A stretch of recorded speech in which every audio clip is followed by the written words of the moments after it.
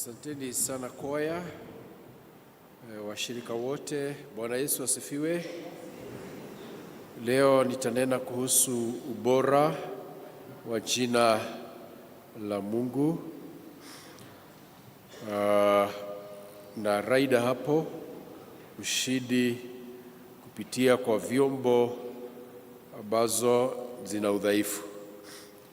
Kwa kimombo naweza kusema the excellence of his name, victory through the weakest verses. Ni somo moja tu hatukusomewa, nitatumia na sitalisoma kwa sababu ni somo ambalo twalijua, I assume sisi wote, Mathayo 28:16 mpaka 20, ambao inaongelea kuhusu the Great Commission. Wakristo, Zaburi ya 8 inaanzia na kuelezea, I don't know whether that's the right Swahili, declaration, kama kunena. Zaburi ya 8 ni kunena, na kwa kunena kwa ushujaa. Kwa Kiswahili ni declaration, kwa Kizungu ni declaration. Tunajua zaburi mingi zina maombi, zingine zina mambo ya complain, lakini hii ni ya kusema kinagaubaga, kuelezea ubora wa jina la Mungu. Na wasomi wa theolojia wanaelewa zaidi wakati kwa kimombo tunasema "Oh Lord our God". Kama uko na Biblia kimombo utakuta Lord imeandikwa na capital letter, Lord ya kwanza. Ya pili imeandikwa na first letter is capital, hizo zingine ni small. Kuna tofauti. Maana ya kwanza inamaanisha Yehova, Yahweh, na hilo ndilo jina Wayahudi walijua Mungu nayo, Yahweh, Yehova, Lord in capital letter. Sasa ikikuja kwa small letter inamaanisha Adonai, na Adonai inahusisha jinsi tunavyomjua na attribute ama na kazi zake Mungu mwenye enzi. Hivyo basi mwandishi wa Zaburi anaita Mungu aliye Yahweh, he who I am, na yeye pia ndiye anayekuja kwetu kama Adonai kufanya kazi zake kati yetu. Na anasema jina lake ni bora zaidi hapa duniani na hapa na biguni na zaidi ya biguni, jina lililo bora zaidi. Yahweh ni jina lake akiwa bali nasi, Yahweh. Lakini Adonai ni jina lake akiwa kati yetu. Bwana asifiwe.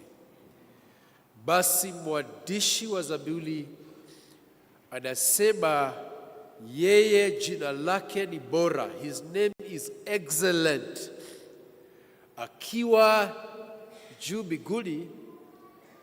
Kizungu tunatumia word transcendent, akiwa ametoka kati yetu na akiwa pamoja nasi.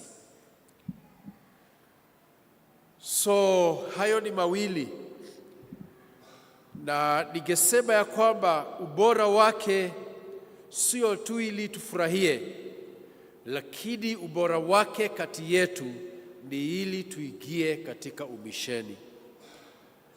Wale watu Mungu amewabariki, mumemjua Mungu kwa njia ya ubinafsi. Waelewa wakati ulipatana na Yesu La pili, ulitaka kuenda kutoa ushuhuda na kumtumikia, kwa sababu ubora wake Mungu na jina lake ni ubora unatuongoza kufanya kazi yake. Hatujajua Mungu mpaka tukaguzwa kuingia kazi yake Mkristo.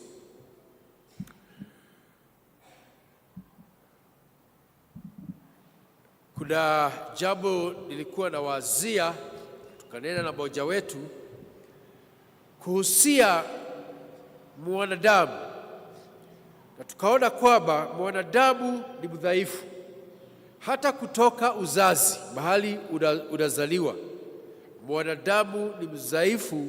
Huenda akawa mdhaifu mno kushinda viumbe vingine zote. Kwa nini? Ukifikiria wale ambao huweka ng'ombe, ndama, akafu. Ndama akizaliwa, anazaliwa baada ya dakika kidogo, ndiye huyo anarukaruka. Si ni kweli? Ama hamujawahi kuona ndama akizaliwa? Hawezi chukua 30 minutes, anaanza kurukaru.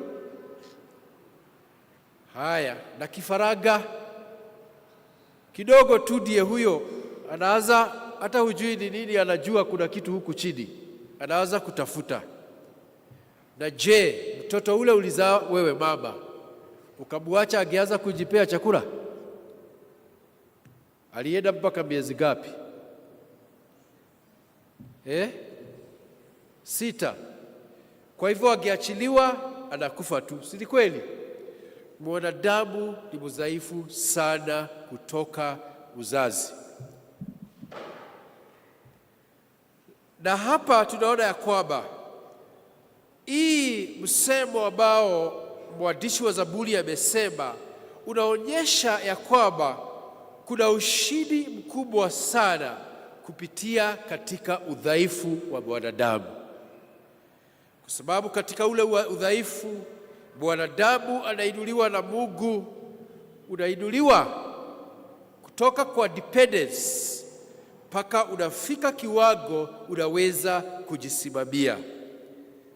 Kwa nini Mungu amefanya mwanadamu mdhaifu namna hiyo? Ni kwa sababu angetaka kueleleza jinsi ya ubora wa jina lake. Bwana asifiwe. If you want to show excellence, you have to show it through weakness. Ukitaka kuonyesha ubora, lazima upitie katika udhaifu. Na hiyo ni changamoto ya kwamba sisi kama Wakristo, Mungu akitupea kazi, hatupei kazi ambayo inadawili, anatupea kazi ambayo iko na matatizo. Kama ni wamama,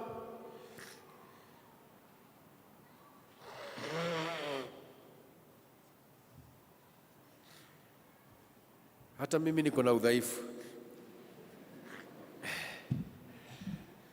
Kama ni wamama hawa wamepewa kawam, utatusaidia kuelewa. Sasa hata hamjui mtaanza wapi. Si kweli? Hamjui? Hamjui. Lakini chochote unapewa na Mungu ufanye, haijakamilika, lakini ubora wake unaonekana wakati nguvu zake zinakuja kati yenu. Praise the Lord. Na hizo ndizo njia za Mungu za kufanya kazi. Tazama Yesu katika huduma yake ilianza pale Yordani. Na pale Yordani huduma yake ilipoanza, aliifanya ikakubalika, kwingine ikakataliwa. Huduma ilikuwa na matatizo mengi, lakini katika unyenyekevu Yesu alifanya mpaka akaenda pale msalabani, na wengi wakaona ameshindwa. Lakini siku ya tatu kulifanyikaje? Siku ya tatu alifufuka kwa nguvu nyingi sana. Bwana asifiwe. Sikiza Mkristo, njia moja ya kuonyesha uwepo wa Mungu katika maisha yako na kazi unayofanyia Mungu ni kupitia katika matatizo tofauti, lakini kwa kusimama imara, nguvu za Mungu zinaonekana. Pia tunaona wanafunzi wa Yesu. Yesu amelazwa kaburini na wao wamechanganyikiwa, wasijue wafanye nini. Ni wadhaifu. Lakini tazama, katika udhaifu wa wanafunzi, Yesu akakuja kati yao, akawapulizia hewa, akasema, pokeeni Roho Mtakatifu. Praise the Lord. Kufuata Yesu kwaweza kukutia katika wakati ambao ni mgumu sana sana sana.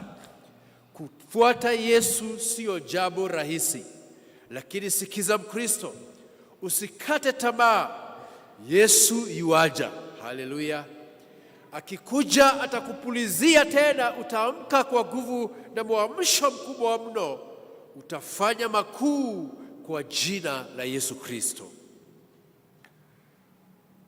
Basi Yesu alipowapulizia tena akawatuma, akawaambia, enendeni mkahubiri. Kanisa, hii safari ya Yesu sio safari kidogo.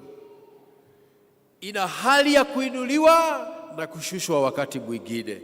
Ina milima, ina mabonde, ina hata kifo. Paulo alisema ya kwamba twapitia, we die every day. Twapitia katika hali ya mauti kila wakati. Jamani, sijui kama mwelewa, kwa sababu wakati tatizo yamekuja, wakati mwingine yaweza kukugonga mpaka unaingia kaburini kama hujaingia. Lakini sikiza, hata wakati tumebeba kifo kwa mabega yetu, uhai bado uko nasi. Haleluya. Wakati tuko wadhaifu, kuna nguvu za Yesu, utawala ambao ametupea na ametuambia, nendeni kwa nguvu zangu. Hata wakati uoga unaja kutuingia, Kristo katika uoga, ukikataa hiyo uoga, unaingia katika ibada, unamwabudu Mungu. Haya yote yanaonyesha ushindi kwa chombo kilicho kidhaifu sana. Na sio chombo ni wewe, na sio chombo ni mimi. Usijione ukafikiria huwezi. In fact, katika kazi ya Mungu, wale wanakaa kama wanaweza hushindwa. Tuko pamoja? Wao hushindwa kabisa. Kazi ya Yesu, sisemi kazi ya taifa. Unajua kazi ya taifa ni ya mashindano. Si sasa kuna mashindano? Utaona hapa wanapiga magoti hapa. Utawaona tu wakikuja, kwa sababu kuna nini?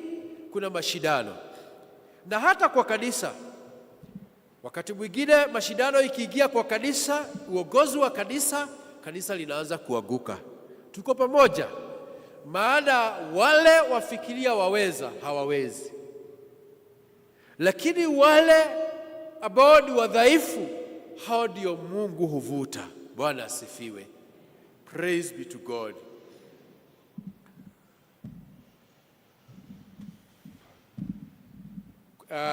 Ukitazama katika Mathayo 28, tunaona wanafunzi wanatolewa kuwa wafuasi, wanakuwa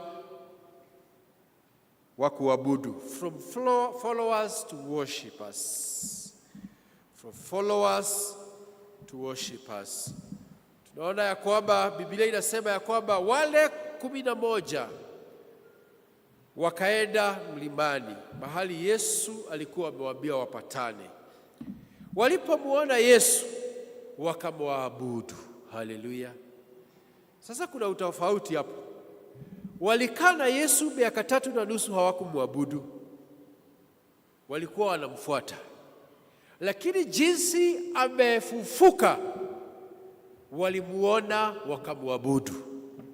Mnajua tumetoka msimu wa Pasaka na tumewafunza mambo mengi sana. Sasa tumeshatoka msimu huo. Sasa tuko msimu wa Utatu. Na huu msimu ni wa kuwafunza mkue katika Yesu. Tuko pamoja? Sikiza Mkristo, tukikufunza kukua katika Yesu tutakuambia hivi: Yesu amefufuka. Bwana asifiwe. Ukijua Yesu amefufuka, sasa sio kumfuata tu, sasa ni kumwabudu, kuinama mbele zake. Tuko pamoja? Na kuna ufunuo mkubwa katika hiyo, ya kwamba waweza kuwa unaingia kanisani miaka nenda miaka rudi, lakini unakuja unafuata kama Mkristo mzuri, lakini hujafika mahali pa kumuona Yesu aliyefufuka ukaweza kumwabudu. Mimi nalilia Mungu kwa ajili yako, si akufungue macho ukaona Yesu aliyefufuka kwa nguvu mingi. Huyo ni Mungu, umwabudu, unyenyekee mbele zake. Haleluya. Kuna tofauti kubwa sana ya mshirika ambaye anaingia kanisani na mshirika wa ibada mbele za Mungu. Wako na tofauti. Yesu atie tofauti ndani yako. Biblia inasema ya kwamba katika hawa 11 walikuja mbele zake, wengine wakaamini wakaabudu, lakini wengine wakakuwa na shaka. Na si watu wa shaka wanakuja tu kanisani. Unakuja unasikiza neno, lakini kila wakati kuna shaka. Na Yesu anakupenda sana. Unakuja unaenda na shaka zako, lakini anakuhifadhi mpaka ule wakati hiyo shaka itakuondoka. Tazama, wakati Yesu wakati hawa walitia shaka, lakini Yesu akawa correct. Ama akafanya nini? Akawakosoa, si ni kweli? Akawakosoa, si ni kina Tomaso? Akaonyesha mikono na akawaambia, kubarikiwa ni yule anaamini kabla ya fanya nini? Ya kuona. Bwana asifiwe. Wewe Tomaso, amini Yesu. Praise the Lord. Baraka ni za yule anaamini bila kufanya nini? Kuona ama kuguza. Hebu niseme hivi, chukua njia yako ya imani. Tuweza kuwa umati hapa kama jinsi tulivyo, wengine wakuwe na shaka. Wewe chukua imani, mtu wa Mungu. Kuna baraka katika kuchukua imani. Shaka ama doubt ni moja ya human nature. Na hiyo nature ni kuonyesha ya kwamba sisi ni wadhaifu. Ukiwa na shaka ni kuonyesha wewe ni mdhaifu. Na ni sawa tu nilisema sisi ni wadhaifu. Ukijua wewe ni mdhaifu unafanya nini? Mtoto, si mmeniambia mtoto anakula after sijui 9 months. Hii wakati mwingine udhaifu wake akitaka kukula anafanya nini? Si mama mniambie. Si kabla ya kunyonya anafanya nini?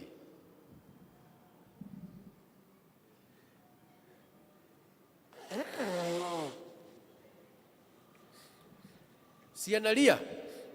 Si ndio nilikuwa natafuta hiyo. Anafanya nini? Analia kwa sababu ako na udhaifu wa njaa. Si ni kweli? Na hawezi kuenda kufikia kile chakula. Wewe Mkristo, Mbona wakaa katika udhaifu na hulilii Mungu umwambie kuondolee hiyo udhaifu wako? Sio ni mzuri? Si utakufa njaa? Utakufa tukikutazama tu. Na Wakristo wamekufa njaa. Ukiona Mkristo kwa kanisa anapiganisha watu vita, si huyo ashakufa? Ama mnafikiria anaishi? Ameenda kitambo. Ukiona Mkristo kila wakati anapigana na neno la Bwana, huyo amefanya nini? Ameshakufa. Mkristo usife, lilia Yesu. Ukiona uko na udhaifu, udhaifu sio makosa. Makosa ni kutojielewa, ukalilie Yesu akusaidie.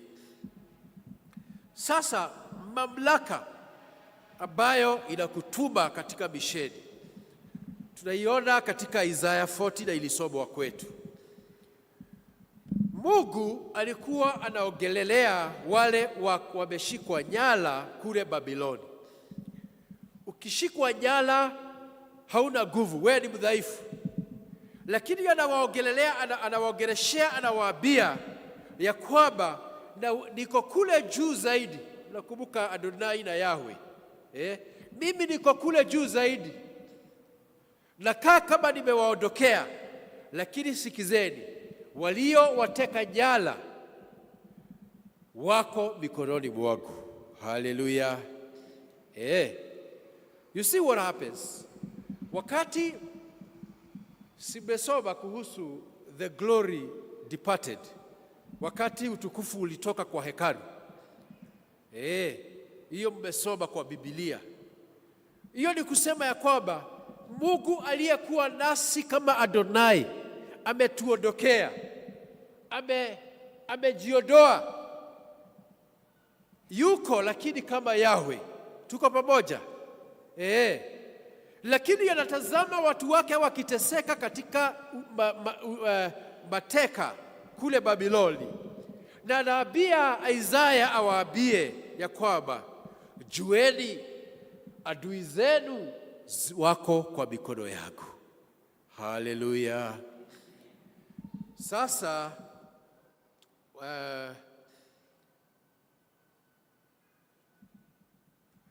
kuelezea, ukisoma vizuri utakuta Biblia inasema the oceans, maji, oceans, you see the ocean how big it is. Inasema Biblia inasema ya kwamba mikono yake ni kama bakuli ya hiyo ziwa. Milima mnaona venye iko kubwa, mikono yake inashika hiyo milima. Tazama, mchanga yote ya ulimwengu iko kwa mikono yake. This is the Lord. Huyu ndiye Mungu anayekuambia kwa mamlaka, simama, enda kwa jina langu ukahubiri Injili. Hallelujah. Are we together? Huyo ndio Mungu. Na wakati umekataa na amekushika, amekuweka kolokoloni ama amekuweka kwingine, huyo still ndiye Mungu. Ana uwezo wa kukupeleka ukahubiri Injili, na ana uwezo wa kukufunga ukafungwa ukashikwa mateka. Jameni, tazama yeye, umwabudu na umpende. Lingine ni mshagao. Mwandishi wa Zaburi ana mshagao. Basi anasema, nikitazama mbingu, nikitazama kazi ya mikono yake, nikitazama balamwezi, nikitazama hata nyota, nikizitazama na shangaa, mimi jameni ni nani unifikirie hivi? Si nyota za angani za angaa? Kwani sisi tuagaa kama nyota ya angani? Kwani nyota za angani ziko how many kilometers away from us? Ni mingi sana, lakini tunaziona zikiagaa. Lakini ukienda hapa juu tu kidogo na ndege, hata ule mtu mnono sana hawezi patikana. Hata kama mkiwa na hiyo uniform hamwezi kuonekana. Kungala kwenu hakujafikia kwa nyota. Tuko pamoja? Hakujafikia bana. Watu wana maringo bwana, na huwezi kukaa kama nyota. Na ukikaa nyota, si kweli? Si ukiona mtu unamwambia wewe acha maringo nani? Kuna wengine, kuna viumbe zingine Mungu ameuba zinang'aa, zikiwa mbali zinaonekana. Jameni, situpigie Yesu makofi. So Mungu haja tuumba tukiwa na wakung'aa namna hiyo kama nyota. Lakini mwandishi wa Zaburi anasema, lakini nashangaa jameni, hata kama sijang'aa kama nyota, ananifikiria mimi ni wa muhimu mbele zake kushinda hiyo nyota. Praise the Lord. Si Mungu ametuumba tukiwa watu wa muhimu mbele zake. Mtu kidogo, mtu mdhaifu, lakini your destiny is ordered by God. Destiny ni nini? Ni mwisho. Uko na mahali Mungu amekumulikia uelekee. Praise the Lord. Kuna mahali amekuubia uelekee. Nashukuru Mungu kwamba hatung'ai kama nyota, lakini tutang'aa kama nyota. Si ndio Biblia inasema?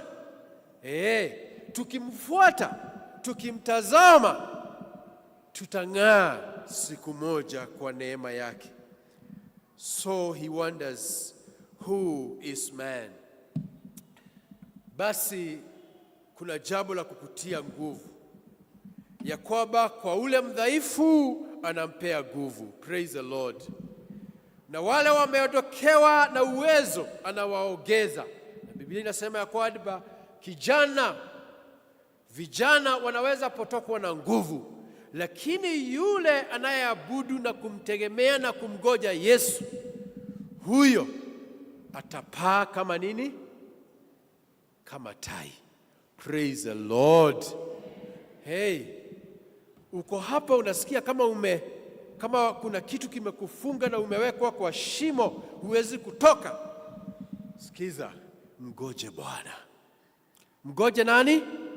Maana wale wamgojeao Bwana wataongezewa nguvu. Praise the Lord. Si Mungu akuongeze nguvu asubuhi ya leo, kwa jina la Yesu. Uamke uanze kuangaa, lakini tafadhali ujue hizo nguvu ziko na kazi, ni za kuhubiri injili. Tuko pamoja? Mhubiri injili ya nani? Ya Bwana Yesu. Na mwisho, Mungu ameachilia ubora wake, for lack of better word, excellence deployed. Ameachilia ubora wake, ni chini ya mamlaka. Yesu anaambia wanafunzi, endeni. It is not just a send, ni chini ya mamlaka. Tumeelewa? Ni chini ya nini? Hajaambia dama, ule dama niliongea kuhusu, anazaliwa amekibia. Hajaambia kifalanga, hajaambia mbwa, hajaambia hata elephant, ile mnyama kubwa sana, lakini amekuambia wewe mwanadamu, ondoka, enenda kwa mamlaka yangu, ukahubiri injili ya mbinguni. Every one of you is supposed to be a preacher of the gospel of the Lord Jesus. Tuko pamoja? Nimesoma sana kuhusu kuja kwa East African Revival, na tunajua East African Revival Fellowship. Na wale wazazi wetu wale walianza pale. Historia inatuambia mtu alikuwa anakuja kukushuhudia wokovu ya Yesu, akikuelezea jinsi amepatana na Yesu, na anakuambia jinsi Yesu amemuokoa. Unaanza kutetemeka ukilia, na wewe unapokea huyo Yesu. Praise the Lord. Jameni, hiyo wokovu ilienda wapi? Sasa ile ushuhuda tunapeana ni vile ulikula jana. Ni sawa tu, unasema hiyo ushuhuda kwa sababu maybe asubuhi hukuwa na chakula na Mungu akakuja. Okay? Lakini Mungu anataka uende zaidi ya hayo. Anataka utoe ushuhuda wa kukutana na yeye na kujuana na yeye. Praise be to God. Ili kwamba kutoka hapo tunawabatiza wale wanakuja kwa Yesu. Na ubatizo ni kuachilia neema ya mbinguni. Sikiza wewe Mkristo uliobatizwa. Nafikiria tu ulikuja kuwekwa maji. Hiyo ubatizo ulibatizwa nayo ni neema ya mbinguni ili ulikuwa unakabidhiwa. Tunaelewa? Are we understanding? Maana ubatizo ni neema. Ni kusema kwamba ni kama unawekwa signal ya kimbinguni ya kwamba katika huu ubatizo Roho wa Mungu ameshakuja kwako na ataanza kukuongoza. Sasa swali ni je, mbona watu wamebatizwa na wamejawa na dhambi? Sitwamuasi Mungu? Mimi nawauliza kwa jina la Yesu, simameni katika imani. Tumeingia katika msimu wa Utatu Mtakatifu. Huu ni wakati wa kukua katika roho. Bwana asifiwe. Tutaanza kuona tukitandika sasa green. Si ni kweli? Green for growth. Maana huu ni wakati sasa wa ukue katika roho. Lakini jua jambo moja, kuambiwa amka, enda ukahubiri, hiyo ni amri ya kijeshi. Si ni kweli? Na wewe kama umeamuliwa kijeshi, umekuwa jeshi pia. Amka ukapigane vita. Na usichoke. Na hizi vita sio zetu. Hizi vita ni za nani? Ni za Bwana. Katika hiyo vita utajikuta uko mdhaifu, umegongwa mpaka uwezi kuamka. Mke wangu, sio mimi, ako hapa tu, anapenda wrestling. Na amenifanya wakati mwingine ninaona lewes. Mimi sasa nikimfuata naona kama mtu kamepigwa mpaka karibu kakufe. Alafu nashangaa kametoa nguvu wapi, kamepiga mtu mwingine tena kameshida. Si ndio hiyo Mungu anafanya na sisi wa Kristo? Bwana asifiwe. Haleluya. Pigana vita za imani. Praise the Lord. Upigana vita za nini? Wewe ni Mkristo, wewe sio mtu wa dunia. Pigana vita za imani katika Yesu. Kwa jina la Mungu Baba, Mwana na Roho Mtakatifu.